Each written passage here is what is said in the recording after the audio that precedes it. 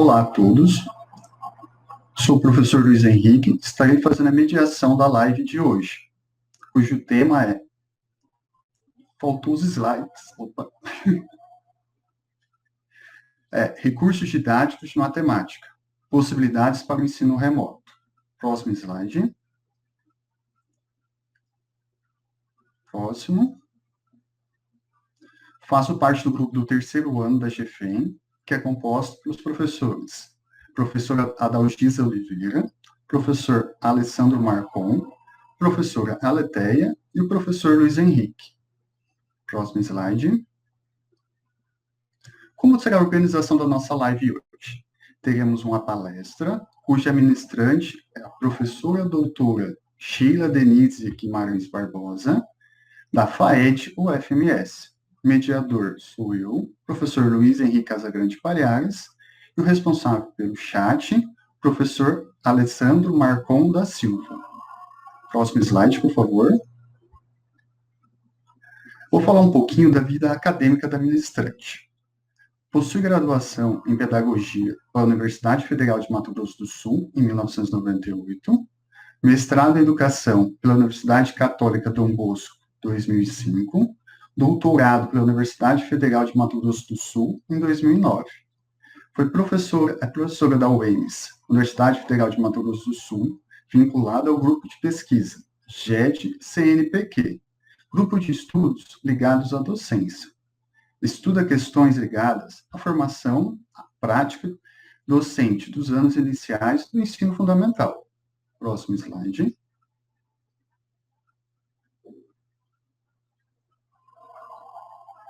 Como nós chegamos à ideia desse tema? Qual foi a justificativa de trabalhar esse tema? O momento atual da educação passa por um turbilhão de afazeres e adaptações do modo de ensinar. A cada dia, professores e professoras se desdobram a aprender metodologias, instrumentos e técnicas novas para melhor atender aos educandos. Porém, a reflexão sobre esse momento faz necessário, sobretudo para diagnosticar as possibilidades remotas de ensino que melhor cabe a cada turma, a cada escola. Assim, a presente proposta de formação debruça-se nos conceitos matemáticos, que precisam ser consolidados nos anos iniciais, e apresenta-se recursos didáticos diversos, para que professores possam refletir, analisar e selecionar as possibilidades que atendem seus alunos e suas alunas, baseado no referencial curricular circunstancial. A partir de agora, eu vou deixar vocês com a palestra da professora Sheila. Olá, pessoal. É muito bom falar mais uma vez com vocês, mesmo nesse formato remoto, né? Eu pontuei na primeira conversa que nós tivemos ano passado, mais ou menos nesse período também, quando nós fomos surpreendidos, né, pelo ensino remoto, sobre algumas questões ligadas ao trabalho pedagógico, né, que nós, de uma forma geral, os professores, tanto da educação infantil, anos iniciais, ensino médio, né, e também no ensino superior, fomos levados a tomar decisões abruptas, né, em relação ao formato do ensino. Nesse momento, as coisas mudaram muito, né? O nosso panorama, ele continua ainda de momentos de uma pandemia. E é nesse contexto que a nossa conversa irá se pautar.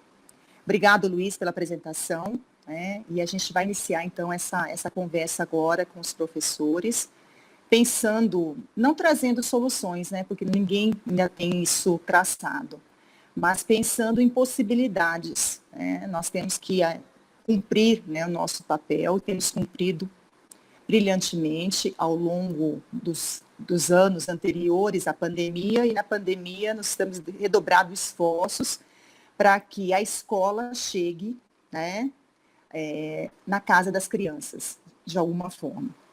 Bom, antes de falar das questões dos recursos didáticos, eu vou pontuar um pouquinho, trazer um pouco do cenário das aulas de matemática antes da pandemia. O que a gente tinha, né, de panorama em relação a essas aulas de matemática? E o que nós temos durante a pandemia? Espero que, de repente, o mais breve possível, possamos falar das aulas de matemática pós-pandemia, né? Acho que é o desejo de todos nós nesse momento. Bom, em relação às aulas, nesse momento antes, né, da pandemia, nós temos várias vertentes, né, vários panoramas a respeito da condução do trabalho em sala de aula. Eu vou me apegar a dois, né, nós chamamos de paradigma do exercício, né, um paradigma mais tradicional, onde o professor, vamos falar especificamente em relação às aulas de matemática, mas esse contexto cabe para qualquer outra, né? Bom, então em relação às aulas de matemática, o que acontecia? O professor, né, ele tinha uma rotina mais ou menos padronizada. Ele começava a sua aula de matemática expondo algumas ideias, né, a respeito do conteúdo que iria abordar naquela aula. Após essa exposição, ele trazia uma lista de exercícios, seja do livro didático ou uma lista paralela, né, para o trabalho das crianças. E logo depois dava um tempo para resolução, para que procedesse a correção de certo e errado. Então, esse modelo de exercícios, ele permeia e permeou o nosso trabalho, né, durante muito tempo, independente do período de formação desse professor. Nós temos também um outro modelo, né, também que pode ser adotado para as aulas de matemática. Seria um modelo pautado num cenário de investigação. O que seria isso? Onde eu organizo o meu espaço para que a aprendizagem aconteça, mas com outro formato, longe, né, das listas de exercícios. Não que elas não possam fazer parte desse cenário em algum momento, mas não é o foco do meu trabalho, né? E esse cenário de investigação, ele exige uma nova postura desse professor, que está acostumado, de repente, a fazer aula expositiva, lista de exercício, correção, avaliação.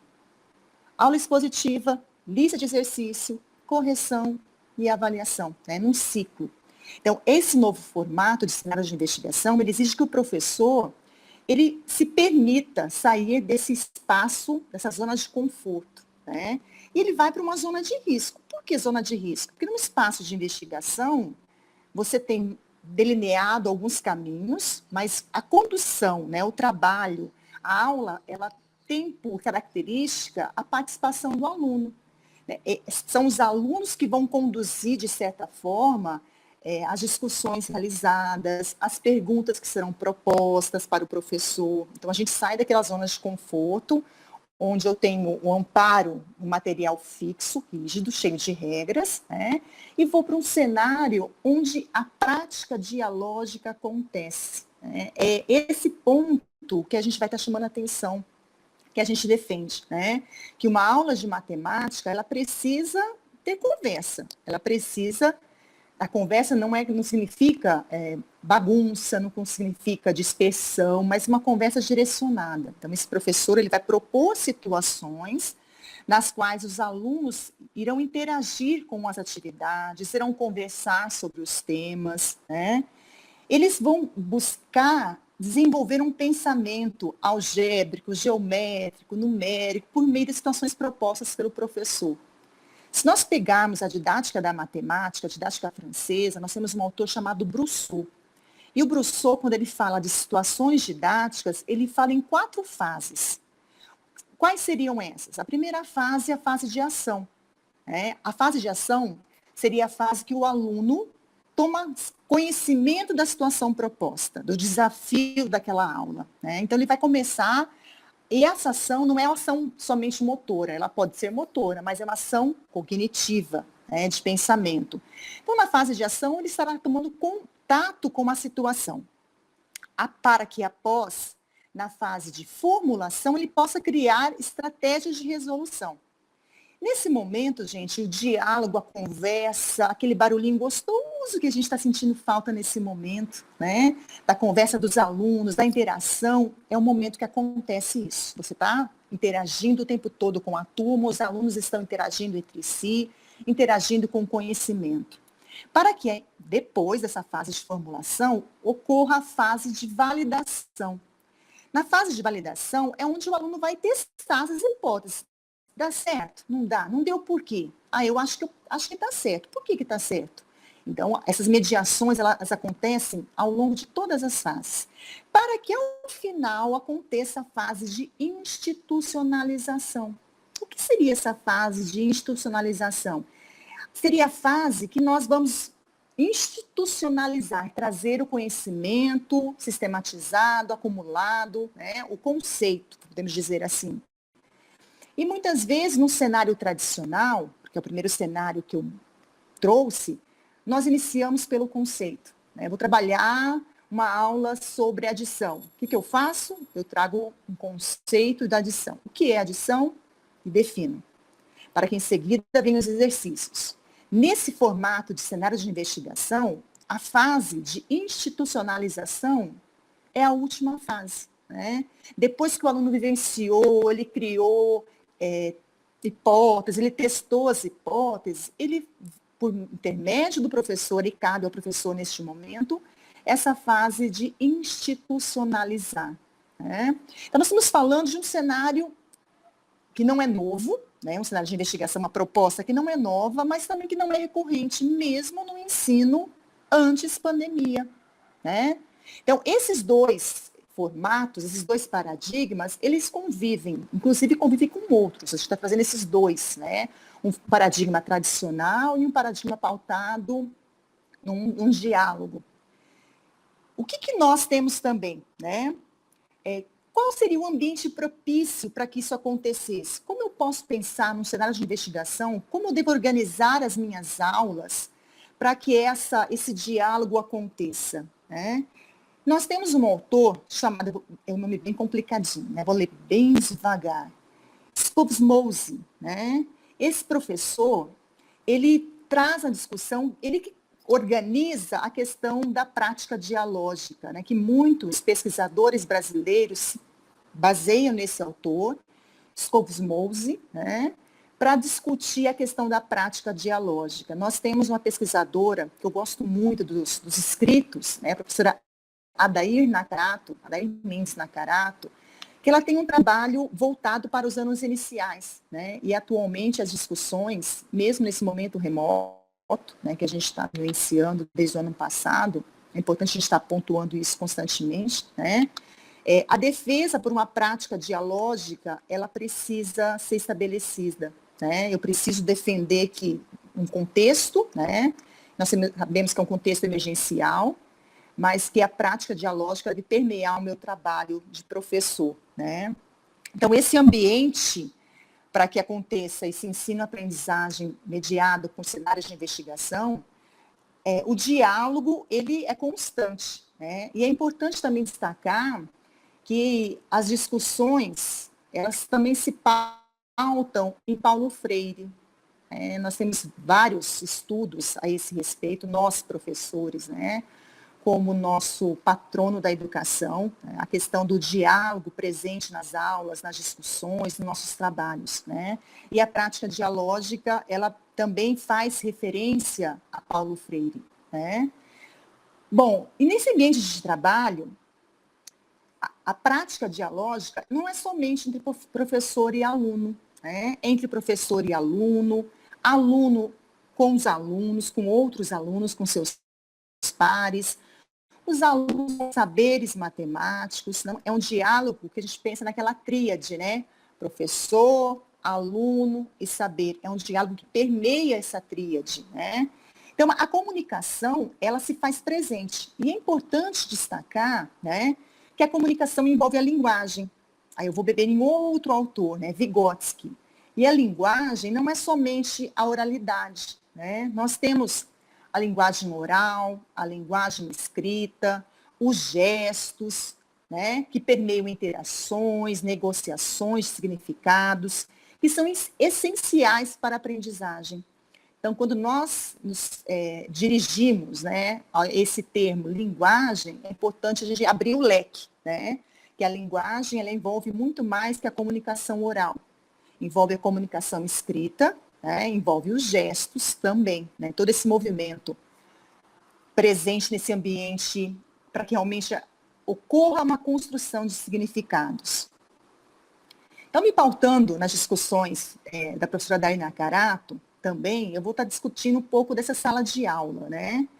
Onde ocorre o encontro. Quando a gente remete ao espaço de sala de aula, um espaço tão caro para nós, educadores, quais são as figuras presentes nesse espaço? Professor, aluno e o conhecimento. Nesse momento, o conhecimento matemático. Então, são os elementos que permeiam essas relações, né? É um espaço privilegiado de comunicação.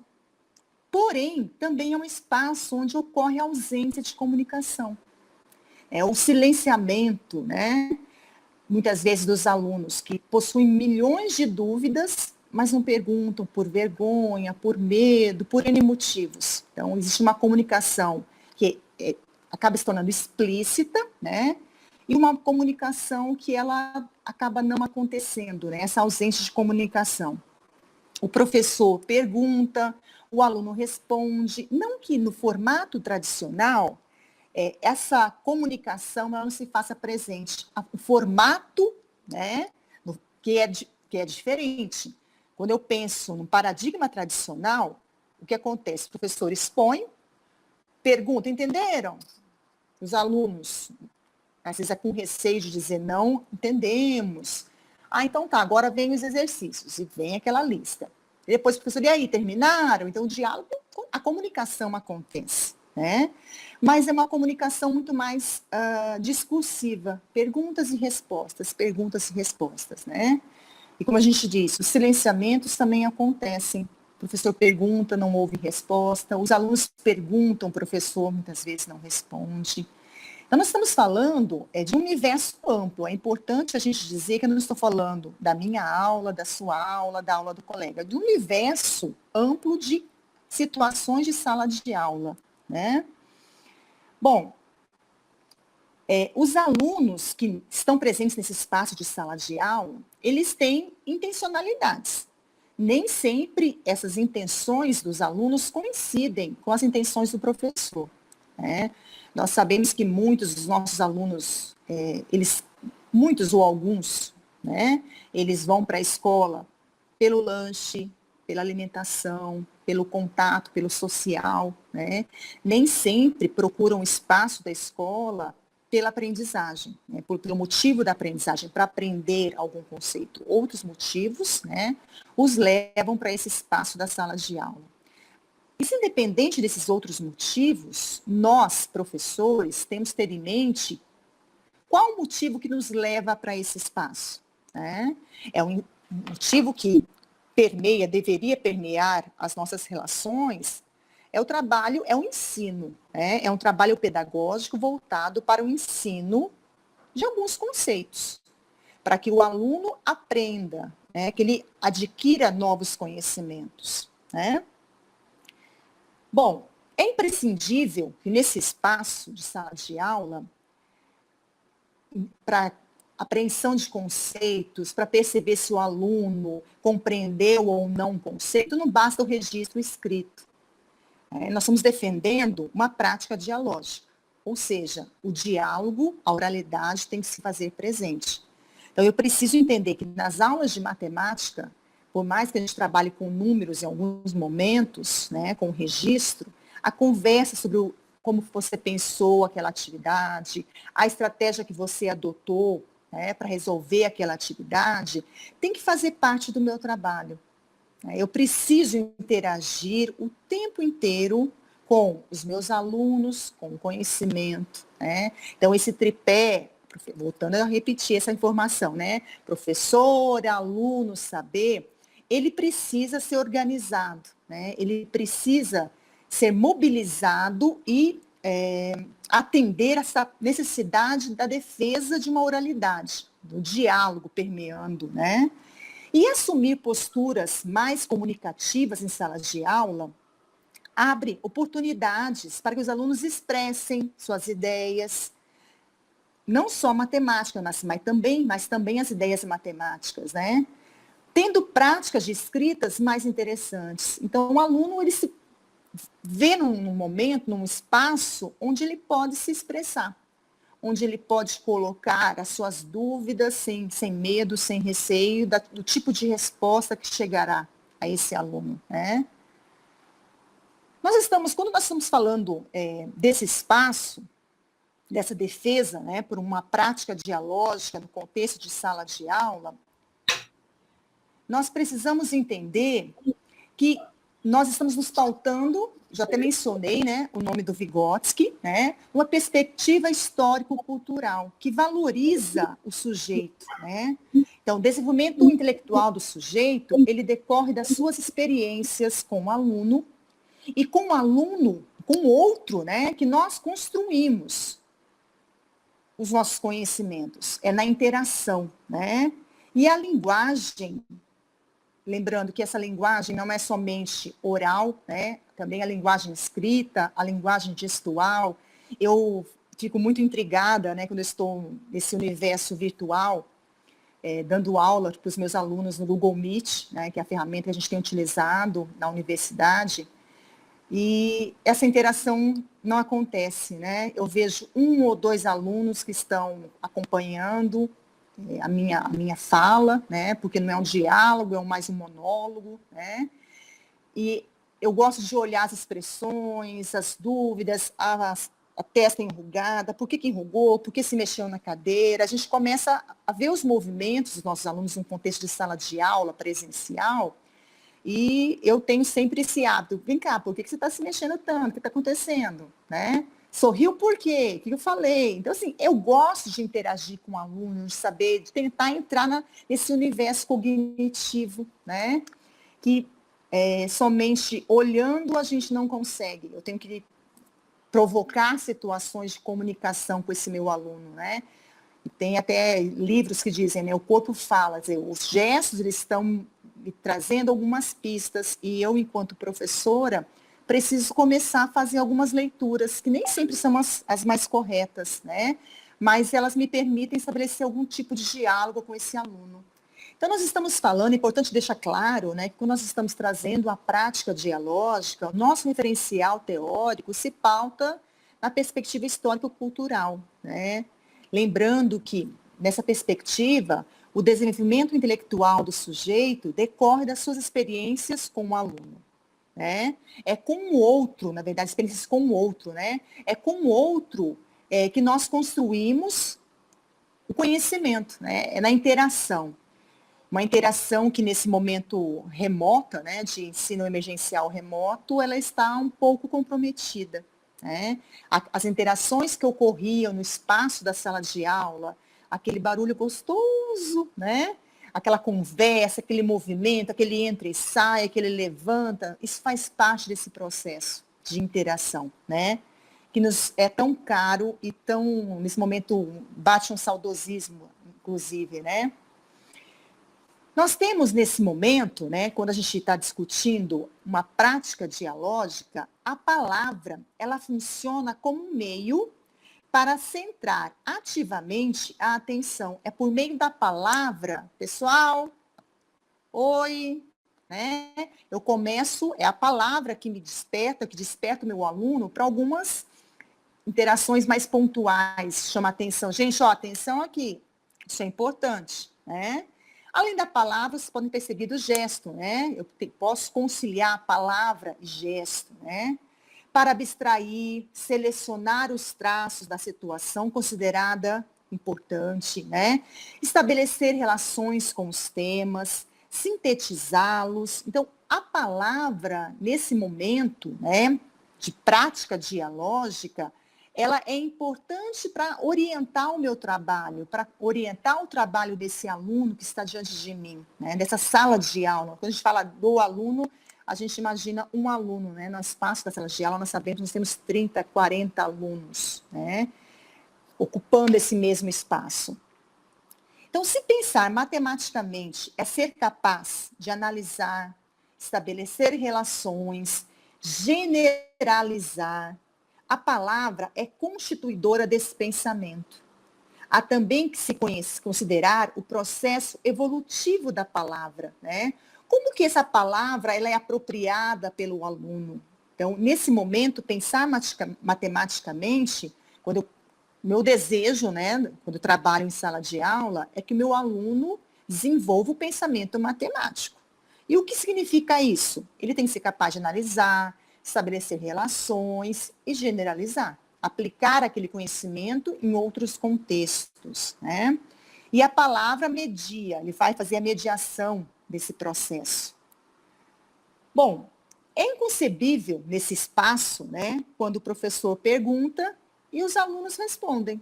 Como se fosse isso, né? Eu pergunto, responde. Um bate-bola, um ping-pong, né? Conceber uma aula de matemática em que impere a comunicação de ideias exige uma prática, volto a frisar isso, né? Uma prática dialógica, onde o diálogo permeia essa relação.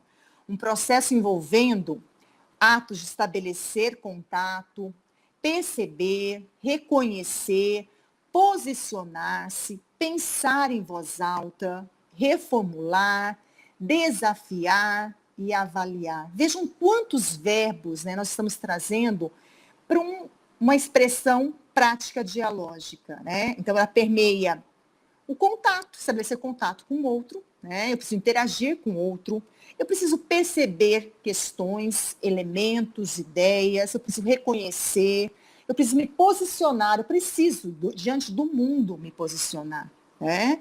Pensar em voz alta, porque quando eu penso em voz alta, eu organizo o meu pensamento. Então, o pensar em voz alta também é uma defesa importante que nós temos que fazer nesse contexto de sala de aula, né? Desafiar o meu aluno o tempo todo para que ele... Porque se ele pega uma atividade que ele consegue realizar sempre, qual o desafio? Né? Qual a aprendizagem que ele está tendo? Então, o aluno ele precisa ser desafiado a realizar ações que ele ainda não tem total controle, né? E avaliar essas ações. Por que eu escolhi esse caminho e não outro caminho? Por que essa resolução e não outra? Né? Eu me recordo quando eu trabalhava com as crianças, né, nesse espaço de sala de aula, e às vezes eles faziam atividades, quando nós iríamos fazer a correção, né, eu falava, João, como que você fez essa atividade? Ah, professora, eu somei as 17 bananas com as 15 laranjas, né, para encontrar o resultado. E eu perguntava, mas será, João, que é isso? E essa expressão de será, né, a expressão e a palavra será gerava um incômodo. Não, professora, está errado. Não. Falava, gente, calma, né? Porque eu não posso, certo, errado, vou corrigir. Pera, calma, espera, né? Vamos olhar o que você fez, vamos tentar entender e validar, né? Vamos tentar buscar uma validação junto, antes de apagar o que você fez, que você acha que está errado, pela simples expressão do professor, ao simples pergunta de será? É isso mesmo? Né? Bom, eu preciso conceber que o sujeito se desenvolve a partir da vivência, de experiências. Eu preciso. Então, a gente voltar lá no Piaget também, nós temos 2 tipos de experiências que levam à aquisição do conhecimento. A experiência física e a experiência abstrata, né? E para nós, da educação infantil, né, e anos iniciais, a experiência física ela permeia boa parte das nossas ações no contexto da escola, da sala de aula, né, onde o aluno precisa experienciar, viver a situação, né, para que ele consiga estabelecer relações com o meio sociocultural do qual ele faz parte.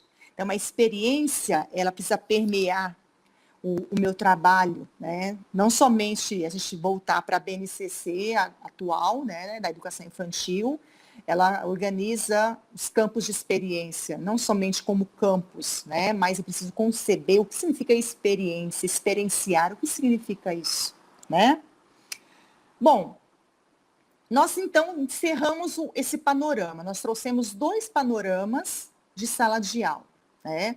Um panorama baseado em pergunta e resposta, em listas de exercícios, onde a conversa pauta muito mais por um monólogo, muitas vezes, né? O professor pergunta, o aluno responde de vez em quando, e assim a banda toca, né? E nós temos um outro cenário, que seria um cenário pautado pela prática dialógica, né? De um cenário investigativo, onde um conhecimento ele está sendo faz parte desse universo, a interação acontece o tempo todo, né? E nós fomos surpreendidos ano passado, em março do ano passado, pela pandemia, que rompeu esses contatos no universo da sala de aula. E antes de trazer qualquer outra informação, acho que é importante a gente trazer o que os estudos, os pesquisadores da área da educação estão trazendo a respeito do trabalho e a formação docente nesse tempo de pandemia. A gente avaliar um pouquinho, fazer um recorte, né? Quando nós falamos em trabalho docente em tempos de pandemia, qual o cenário que nós temos hoje, né? Um trabalho do professor Luiz Fernando Dourado e do Romilson Siqueira, trazendo alguns elementos, alguns dados, né, que nos ajudam a compreender esse cenário. Um grupo de pesquisa de Minas Gerais, da Universidade Federal de Minas Gerais, grupo Gestrado, ele fez uma pesquisa buscando compreender o trabalho docente em tempos de pandemia. Então, quem não teve a oportunidade de olhar esse material, eu indico, né, tem muitos textos importantes para que nós possamos compreender o nosso trabalho, o trabalho docente. O que esse grupo traz de informação que nós tínhamos isso como elementos de observação, né? Mas que a pesquisa traz como um dado científico, um dado estudado, analisado, né? Que boa parte dos professores que responderam a esse estudo, né, no Brasil inteiro, 78% são mulheres. Isso implica em dizer que as mulheres estão, nesse momento, num trabalho remoto, trabalho docente, né? E lembrando que não é só um trabalho remoto, né? Não estou apenas trabalhando em casa. Eu estou trabalhando em casa, eu estou cozinhando, eu estou lavando, eu estou passando, né? Eu estou tendo 1000 afazeres nesse momento. Então, é importante de trazer essa questão, né? Quem são os professores? Em sua maioria, são mulheres, né? Outra questão importante que esse estudo traz, o despreparo das redes na condução de políticas educacionais em períodos emergenciais. E nós não estamos falando apenas na nossa rede, na CEMED, não. Né? Nós estamos falando nas redes do Brasil. Né? Então, um despreparo na condução, como organizar esse ensino emergencial remoto, como trazer orientações para o professor conduzir esse trabalho. Né? Um outro dado importante também trazido pela pesquisa é que 53% aproximadamente dos professores que responderam ao estudo possuem recursos tecnológicos, mas nem todos possuem preparo para ministrar aulas não presenciais.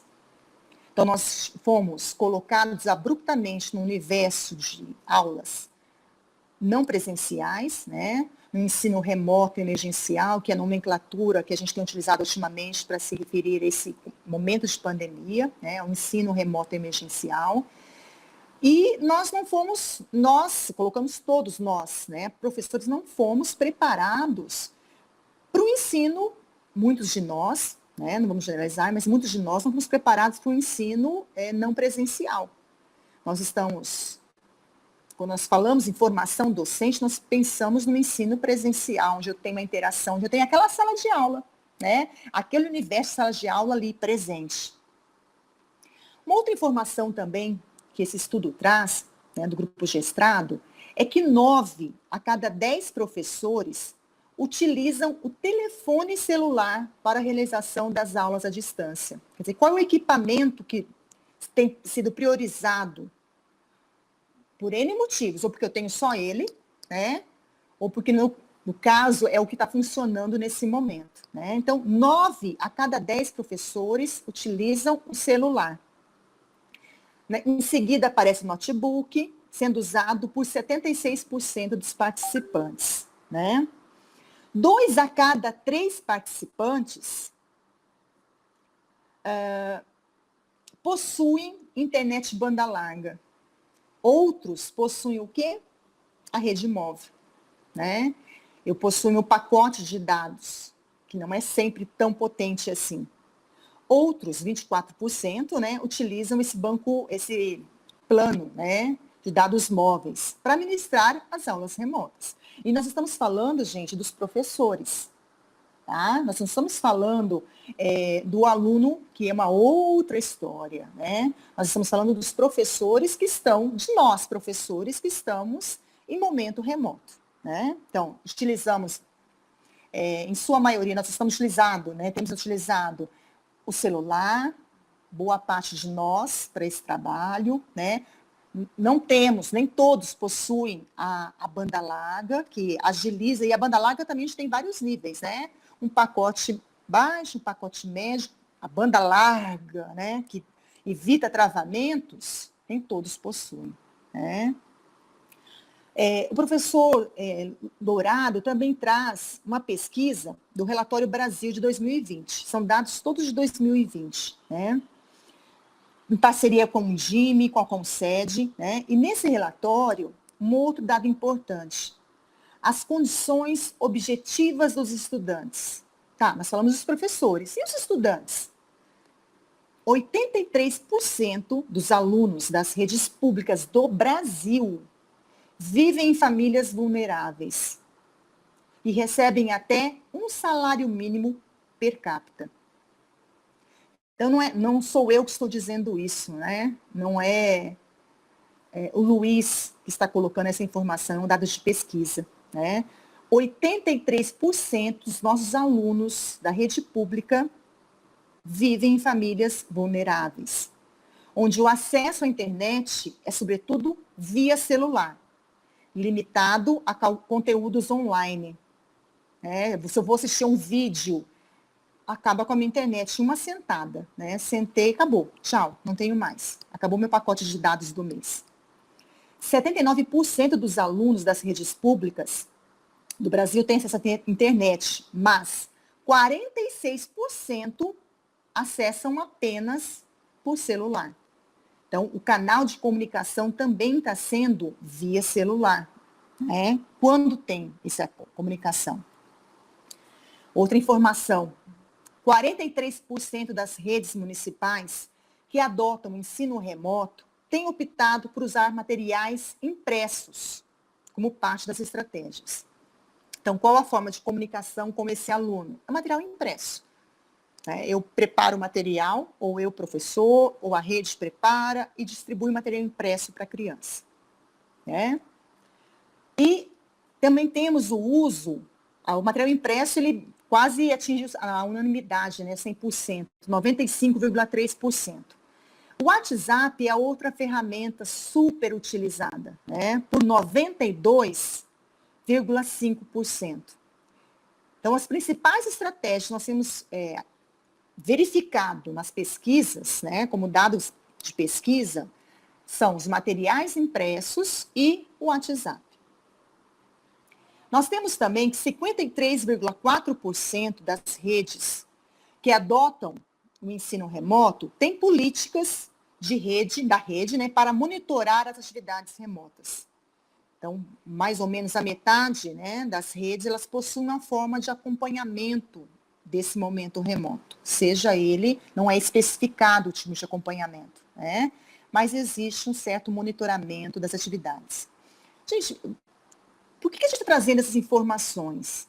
Porque como eu vou falar de um trabalho pedagógico, né, de uso de recursos didáticos, quando eu tenho essa realidade? Então, a gente é importante trazer qual a realidade, de onde eu estou falando, né? Com quem eu estou falando, qual é a realidade que nós temos nesse momento para o ensino remoto. Então, nós só pontuamos a questão dos professores, o acesso, muitas vezes, por celular, né? A estratégia de material impresso e grupos de WhatsApp. O nosso aluno, ele vive muitos em condições de vulnerabilidade, né?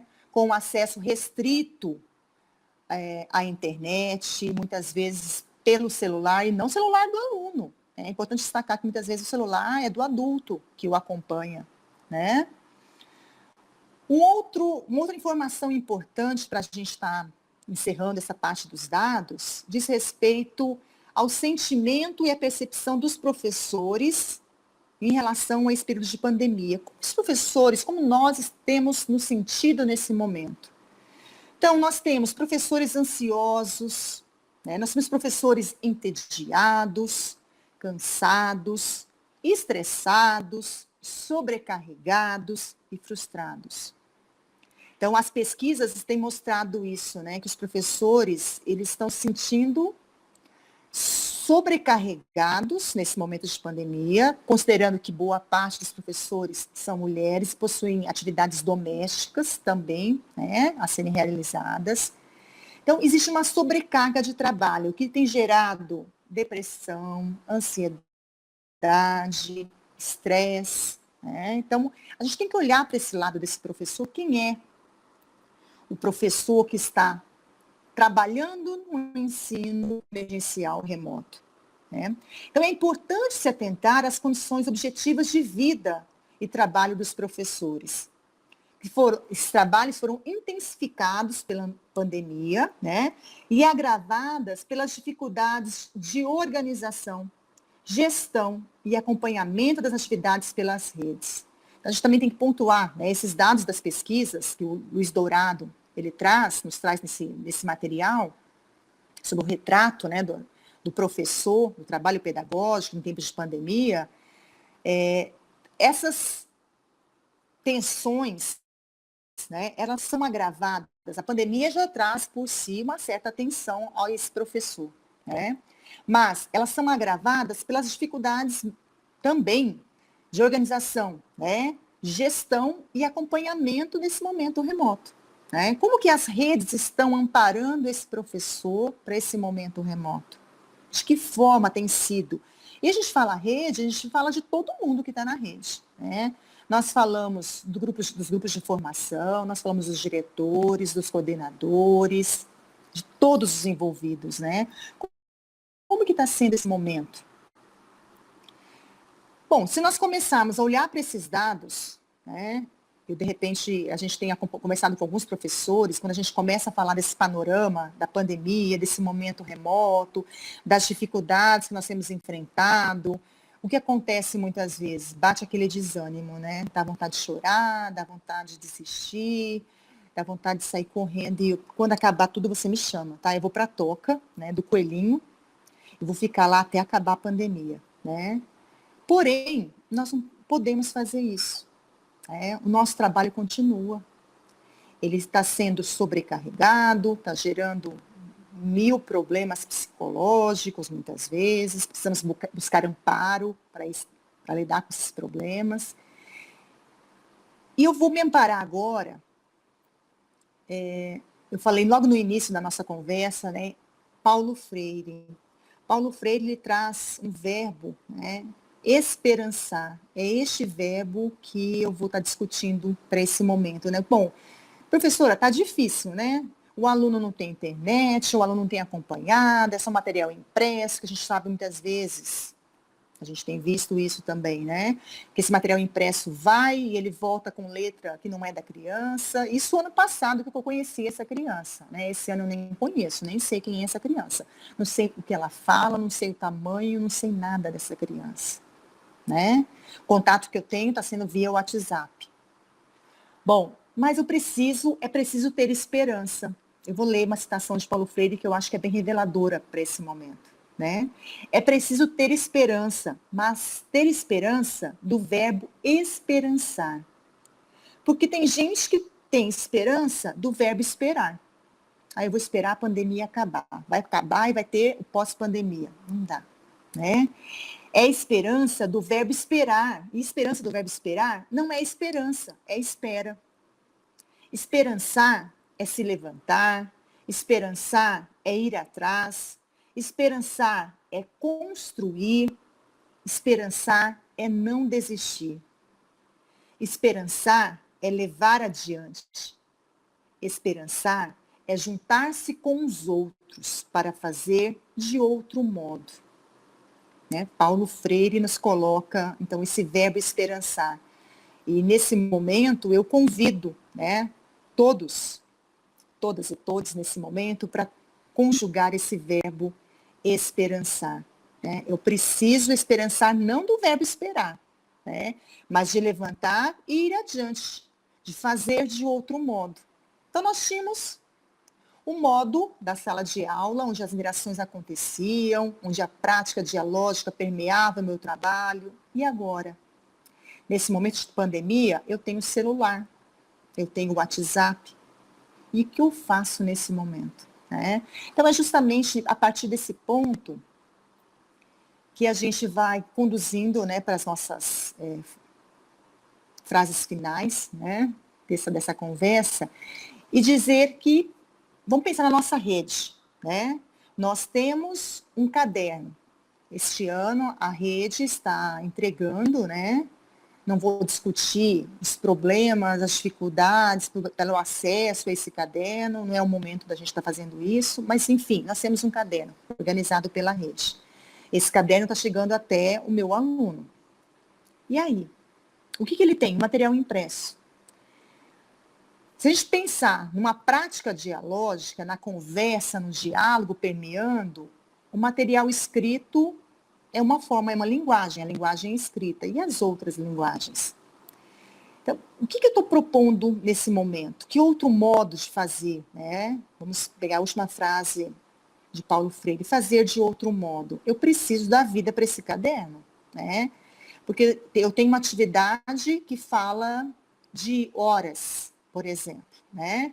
Aí tem lá um convite, onde o meu aluno precisa extrair as informações do horário da festa, do local da festa, mas ele nunca ouviu falar sobre horas, ele não conhece um relógio, né? E nós não estamos nem falando de um relógio analógico, né? Digital, aliás, digital, que está lá, eu olho o número e consigo identificar a hora. Nós estamos falando de um relógio analógico, dos ponteiros, né? Que é a escola, muitas vezes, que apresenta esse material para o aluno. Então, o que eu tenho que fazer? Né? Eu preciso fazer o meu caderno se tornar interativo, né? O meu aluno precisa olhar para esse caderno e lembrar de algumas coisas que eu vou gravar, que eu vou falar, que eu vou mediar essa relação, né? Nós temos várias possibilidades de trazer uma interação, possibilidades digitais, nós temos nesse momento, né? Nós podemos fazer podcast, nós podemos gravar vídeos, né? Ah, professor, é muito difícil, eu sei, é extremamente difícil, gente, porque é uma exposição na rede, você vai gravar um vídeo e vai mandar para o WhatsApp das famílias. A partir do momento que eu mando esse material, eu não tenho mais controle dele, né? Então, qual o cuidado que eu preciso ter? Eu preciso organizar a minha fala. O que eu vou falar para esse pai? Não dá para eu ligar o celular e falando, né? Como a gente faz no dia a dia de sala de aula, que você liga, né? E vai conversando. Não, eu preciso me orientar, eu preciso guiar a minha fala. É justamente isso que eu estou falando agora, fazendo agora com vocês, né? Essa está sendo uma conversa, um diálogo, eu não estou projetando slides, mas eu tenho aqui, à minha frente, também um material que está guiando a minha fala, né? Então, eu preciso organizar esse registro, esse material, para fazer as minhas gravações. O que eu vou falar sobre horas? Qual o texto que eu vou trabalhar com os meus alunos para falar sobre isso? Eu também posso gravar apenas áudio. Ah, eu tenho vergonha, eu não quero me expor tanto, né, fisicamente, eu posso gravar áudios. Agora, eu preciso, de alguma forma, fazer com que aquele caderno, ele se torne interativo, né? Aquele material impresso, quando o aluno vá realizar uma atividade, ele já tem alguma informação. E nós estamos falando nesse momento, eu acho que é mais gritante, né, nesse momento de pandemia. A gente tem conversado com alguns professores que têm nos relatado essa situação. Nós tivemos, em 2020, um contato breve com os alunos. Eu conheci um pouco desses alunos. Eles sabiam quem eu era, eles já tinham ouvido minha voz, já tinham conhecido meu físico, né, já sabiam algumas expressões que eu fazia durante as aulas. Este ano, não. Nós temos um momento totalmente de ensino remoto emergencial. Eu preciso fazer com que o meu aluno ele não perca a esperança, que ele também conjugue o verbo esperançar, né? Porque para essa criança também não está sendo fácil. Né? Esse momento remoto é extremamente pesado. Nós temos situações, né, professora? Tá, eu vou gravar o vídeo, eu vou mandar no WhatsApp. Ah, professora, nem todo mundo vai assistir. Gente, vamos esperançar. Eu vou gravar, eu vou colocar, né, como meta que aquela gravação, seja de voz ou de vídeo, mostrando um recurso, mostrando um relógio. Vou pegar o relógio e vou mostrar para o meu aluno, né? Eu preciso acreditar que esse material vai chegar até meu aluno, né? Porque se eu desanimar, vamos lembrar de Paulo Freire, né? Se eu cair no do esperançar, de esperar, eu não vou fazer nada, porque não vai acontecer, né? Vamos esperançar, gente. Eu convido, eu sei que é um trabalho, é um exercício diário, né? De acordar e falar, gente, hoje, né, vai dar certo. É tentar realmente acreditar que essa pandemia está acabando, que em breve teremos um ensino presencial novamente, que é lá que nós nos sentimos à vontade para conduzir o nosso trabalho pedagógico, mas enquanto ele não chega, né, utilizando o recurso digital que eu vou tentar, né, eu vou buscar criar possibilidades para que aquele conceito, aquela informação, para que a minha palavra, nós falamos da palavra, né, buscando em Vygotsky a importância da palavra, para que a palavra traga, né, orientação esse aluno, para que ele consiga fazer uma atividade que envolva o calendário. Quais são os meses do ano? Ele nunca parou para olhar um calendário. Então, nós temos que chamar a atenção, trazer o calendário, mostrar o calendário, fazer uma conversa introdutória. Professora, mas eu estou trabalhando isso lá no 5º ano. Gente, não tem problema, né? Porque eu não sei quem é esse aluno do 5º ano, eu não sei dos conhecimentos que ele possui até o momento. E lembrando que esse aluno do 5º ano é o aluno que venceu um momento remoto no 4º ano, né? Que o aluno do 3º ano é o aluno que venceu um momento remoto no 2º ano. Então, nós temos assim, nós estamos criando, isso também são dados de pesquisa, né, inúmeras lacunas em relação à aprendizagem, mas nós não podemos deixar de esperançar. Então, eu quero frisar muito isso, porque é o que nós temos para esse momento, né? Eu tenho material impresso que a rede está entregando? Tenho. Eu tenho WhatsApp? Tenho. Então, é com isso que eu vou para a luta, né? É com esses materiais que eu vou para a luta. Se eu conseguir montar, eu sei que tem professores, experiências pontuais aqui na rede municipal, que estão criando salas no Classroom, aulas no Meet. Aí tem 30 alunos, professora, mas 5 alunos estão acompanhando. Gente, vou fazer para esses 5 alunos. E para os outros, eu vou tentar outras formas de comunicação. Então, é um trabalho que está demandando muito mais trabalho, com certeza, porque dominar, né, as tecnologias, para que a gente não tinha esse hábito, não tinha realmente, né, de fazer parte das nossas vidas, é tentar aproximar esse conhecimento do aluno através dos recursos digitais. Nós sabemos também que existem, né, informações, orientações na página da CEMED, alguns vídeos que me ensinam a trabalhar com alguns recursos, né? Eu preciso também fazer isso, olhar, ler esses materiais, trazer isso para tentar amparar o meu trabalho, né? Então, buscar criar utilizar das tecnologias, né, digitais para tentar criar uma prática dialógica, né, nesse universo remoto. E eu quero finalizar lembrando de um material, de uma formação que nós, professores, tivemos há pouco tempo, né, há menos de 10 anos. Nós tivemos o Pacto Nacional Alfabetização na Idade Certa. Esse material do pacto, quando a gente fala dos recursos, eu poderia aqui estar trazendo para vocês inúmeros recursos, né? Mas nós tivemos uma formação recente, uma formação, né, que tem textos que nos solidificam em relação aos conceitos, e nós temos algumas sugestões de jogos para trabalhar alguns conceitos. Então, vamos revisitar esses materiais, né? É um material que ficou lá, né, muitas vezes no armário da coordenação, ou na minha sala de aula, mas que eu tenho disponível na internet também. eu posso acessar esses materiais, especificamente falando para matemática, o PNAE, a alfabetização matemática, nos cadernos, a gente tem contribuições, situações de sala de aula, que é claro que a situação que a gente está lidando nesse material é a situação da aula presencial, né, onde as interações elas são múltiplas, mas que eu preciso readaptar, né, o meu, esses recursos para esse ambiente de ensino remoto emergencial, seja ele qual for, seja ele WhatsApp, né, seja ele Classroom, Meet, né, então eu queria convidar, né, a todos vocês, todas e todos nesse momento, para esperançar, né, esperançar no sentido de buscar outras formas, outros modos.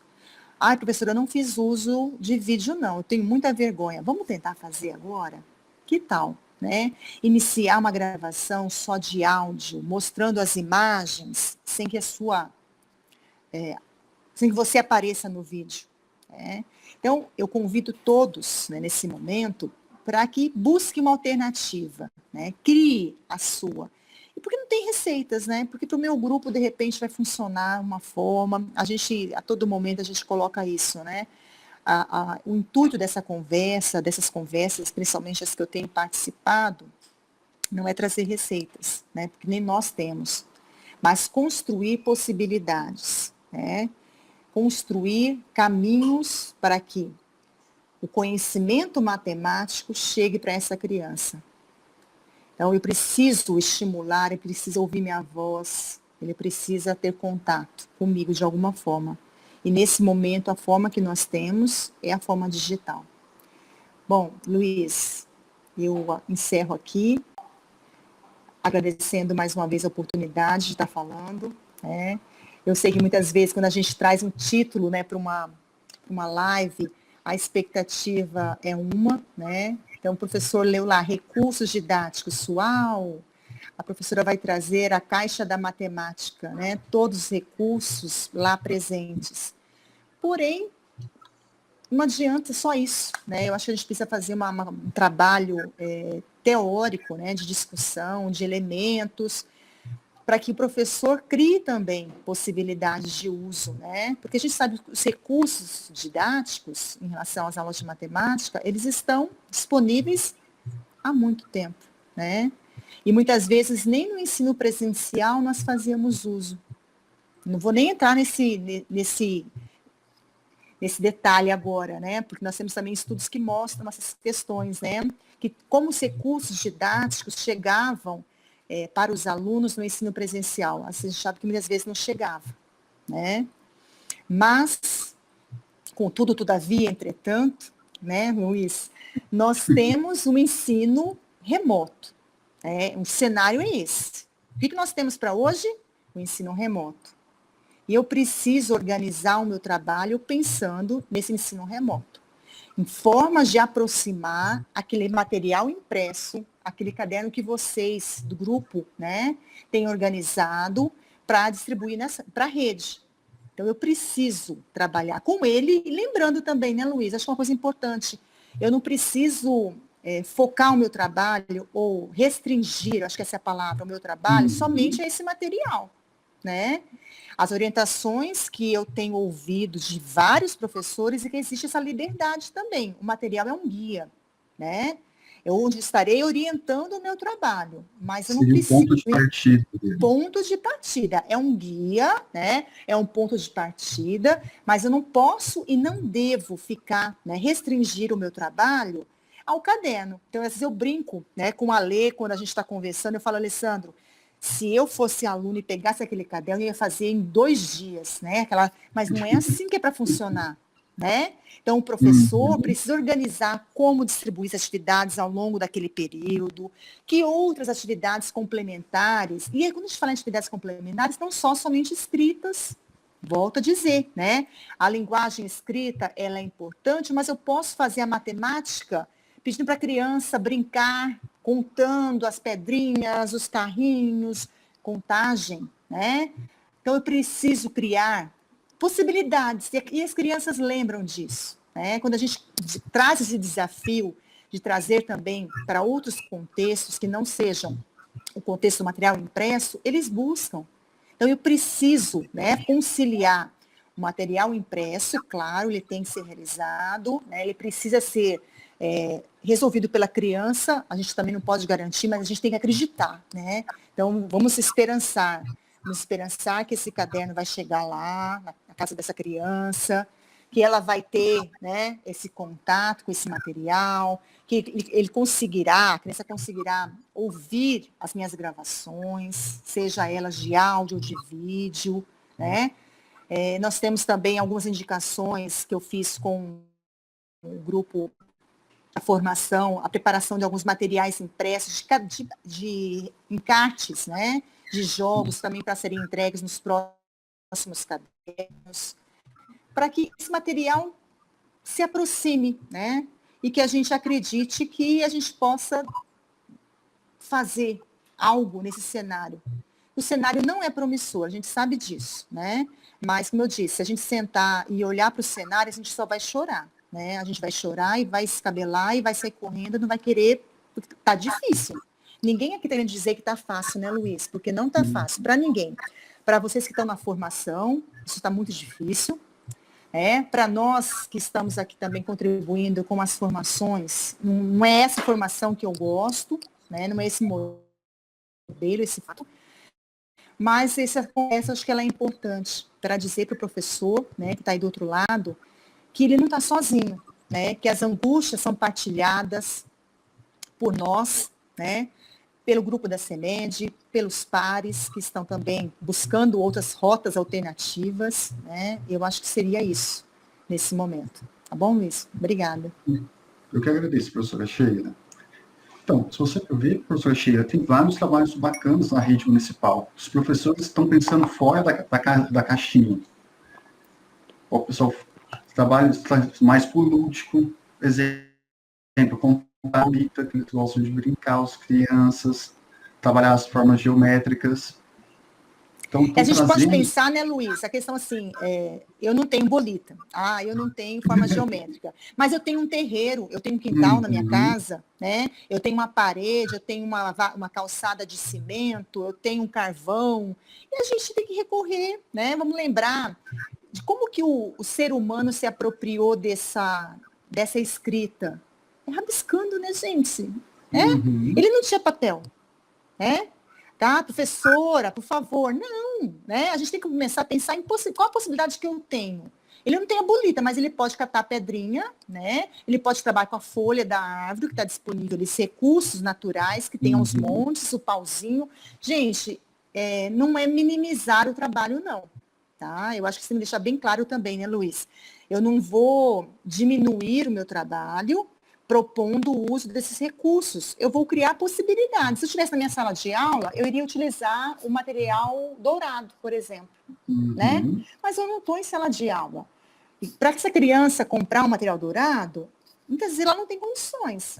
Custa R$15 lá no Paulistão, vou lá buscar. Mas eu não tenho condições. Então, o que eu tenho de possibilidade? Então, eu posso oferecer para esse aluno, nessas minhas gravações, todas as possibilidades. Gente, quem tem material dourado, está aqui, esse é o material dourado. Quem não tem, o que eu posso utilizar, professora? Eu acho que essas questões precisam ser tratadas nesses materiais, né, Luiz, como você tem colocado. A gente tem acompanhado também alguns professores que estão organizando essas situações. Eu acho que a gente tem que valorizar também, né? Não é minimizar, porque a gente espera que esse momento remoto ele tenha um fim. Quando? Nós não sabemos. E, enquanto isso, temos que criar rotas, né? Criar outras formas de fazer. Então, certinho então, professor. Obrigado pela palestra, agregou muito ao nosso fazer pedagógico. Espero contar com você nas próximas formações, hein? Obrigada, Luiz. Obrigada mais uma vez à equipe. E obrigada aos professores que estarão acompanhando, né, essa gravação, que estão acompanhando essa gravação. E dizer que estamos, né, preocupados com a situação, né? Essa preocupação ela permeia todos, né? As angústias não são as mesmas, né? O barco a gente sabe que também não é o mesmo. A gente fala, todo mundo no mesmo barco. Nós não estamos nos mesmos barcos, né?